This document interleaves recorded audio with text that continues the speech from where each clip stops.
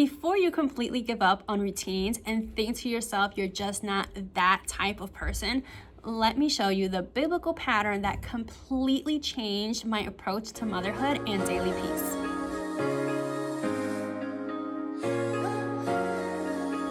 Welcome back, friends. If you're new here, my name is Michelle and I am a homeschooling mama to 4 kiddos ages 14 all the way down to my 1-year-old, and I am also the founder of Rooted and Thriving Mama. And in today's video, we are going to be looking at how the Bible, of all places, has taught me the importance of rhythm, structure, and peace in my day. So I have been going really deep into my Bible studies lately. I'm currently working through the book of Numbers, and it has been slowing me down in the best way. And now I know Numbers is typically not the book that you go to for inspiration, but it has been teaching me so much about order, about rhythms, and about overall peace in your day. And today I want to share with you guys how God has been using scripture to show me the importance of getting your life organized and creating these rhythms into your day, not because I am a natural planner, but because He is a God of order and not chaos. So as I'm reading Numbers, especially chapter 28, something special really stood out to me. God gives Israel very specific instructions: morning offerings, evening offerings, the festival rhythm, the monthly and yearly marker. Nothing here was random. Every little detail had a purpose. He built rhythms into their days, their weeks, their months, and their years. And it wasn't because He wanted to overwhelm them. It wasn't busy work. It was because He knew that structure is what would help them thrive. He wasn't doing this because He needed these offerings. He is God. He doesn't need anything from us. But He was shaping His people. He was teaching them consistency, rest, devotion. Humans need rhythms. We need anchors. We need predictable spaces where we return to God on purpose. If God, who is perfect, works in rhythms, patterns, and order, then of course we function best the same way too, because we were made in His image. And what really hits me is this: these routines weren't checklists. They were relational checkpoints. The morning and evening offering, they were reminders of God's presence at the start of the day and at the end of the day. It makes me think about how much I need those touch points in my life, not as literal as in the Bible, but anchors to help me to stay rooted when things get chaotic. When we create rhythms with our homes, our kids, our quiet time, we're not performing. We're partnering with God to build a life that reflects His peace. And I know some of you are probably thinking, I am not an organized person. I am more of a go with the flow type of person. But listen, organization is not a personality. It is stewardship. God isn't expecting perfection from us. He's not asking us to map out every single hour flawlessly. He's asking for intention. Small, consistent rhythms will always do more for your peace than an elaborate system that will burn you out in a day or two. We need rhythm. Rhythm brings stability when life gets chaotic, anchors when emotions get high, predictability in seasons of uncertainties, space to stay connected to God intentionally, not accidentally. It's like God is telling us life is going to pull you in 100 different directions. Let me help you build habits to bring you back to me. And just like Israel's rhythm wasn't about perfection or performance, ours shouldn't be either. It's about returning, about recentering, remembering, and resting. God is a God of order, and He invites us into that same order because He cares about protecting our peace. Now let's be real, in motherhood, rhythms isn't cute or aesthetic.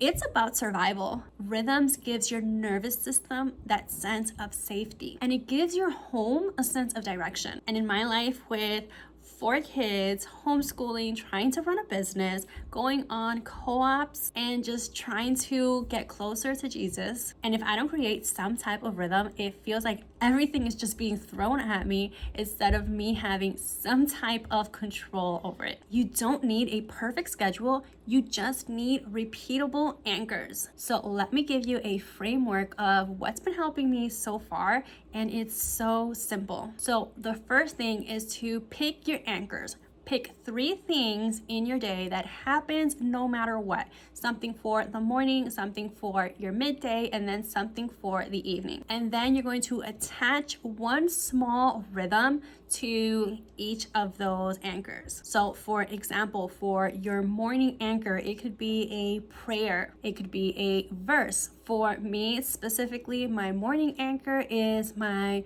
journaling and Bible time. It's what starts my day before I go into anything else. Your midday, afternoon anchor, that can be something as simple as turning on some worship music, tidying up the space with the kids to get ready for lunchtime, stepping outside and just taking 5 minutes to breathe. Your evening anchor could be gratitude time with the kids. It can be an evening devotional. It can be 2 minutes of journaling at the end of your day. These are little mini altars to your day, just like in Numbers 28. And even if you only hit one anchor, it still counts. The second thing, create weekly rhythms instead of daily expectations. Daily expectations create guilt. Weekly rhythms create grace. So here's a quick example of some homeschooling rhythms. So you can take Monday, and that can be for your heavy subjects. Tuesday can be your creativity day. Wednesdays can be your nature outdoor day. Thursdays, co-op, that happens to be what we do for our homeschooling. And then Friday, something light and fun. If you're running a business,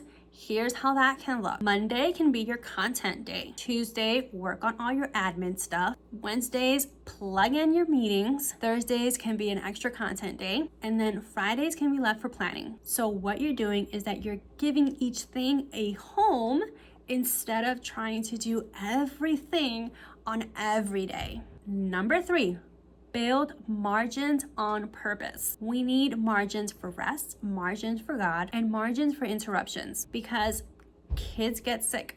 You can get sick. There's different emotions that go on, and they don't schedule themselves. Even just one protected block on your schedule makes a huge difference. So for me, Sunday afternoon is that space for me. I don't schedule anything on there. It's just blank. That is my time to rest and reset. Phones down, Bible open, no work, no TV, no distraction. So I realized that if I wanted to follow God's example of creating rhythms, I needed something more than just random sticky notes everywhere and mental to-do lists. I needed a space that honored the way that He designed me, a mom, a woman, a daughter of God. So I built the structure of my planner around the rhythms that God models in Scripture. Remember those 3 daily anchors, morning, midday, and evening? Your planner becomes a place where you capture those. Morning, write your verse of the week. Midday, glance at your anchor habits. Evening, jot down one way where you saw God. This is how rhythm becomes relationship. So inside my hourly layout, I block out my big things. My homeschool rhythm,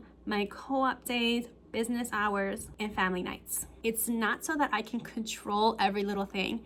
It's so that everything has its home and I am not drowning in mental chaos. And one thing that I love is that the planner does not force you to pack everything in minute by minute. The hourly layout actually helps you to see where you have that margin for rest and where you don't. You can visually protect your Sabbath space. You can intentionally block out your time for prayer, your time to rest, or just to breathe and shut everything else out. When you see your week mapped out visually, it's so much easier to keep your priorities in the right order. Not because you're perfect, but because you're being intentional. Before I close out, I want to speak to the mom who feels overwhelmed, chaotic, or behind. God doesn't bless busyness, He blesses order. Not rigid order, not productivity for the sense of being productivity, the kind of order that makes room for Him. You don't need to be a planner person. You don't need perfect routines. You just need rhythm. Small, steady, God-centered rhythms. And He will meet you there. So if this encouraged you today, let me know in the comments. And if you have not done so already, don't forget to like and subscribe. And if you want a tool that helps you to create rhythms that keeps God right at the center,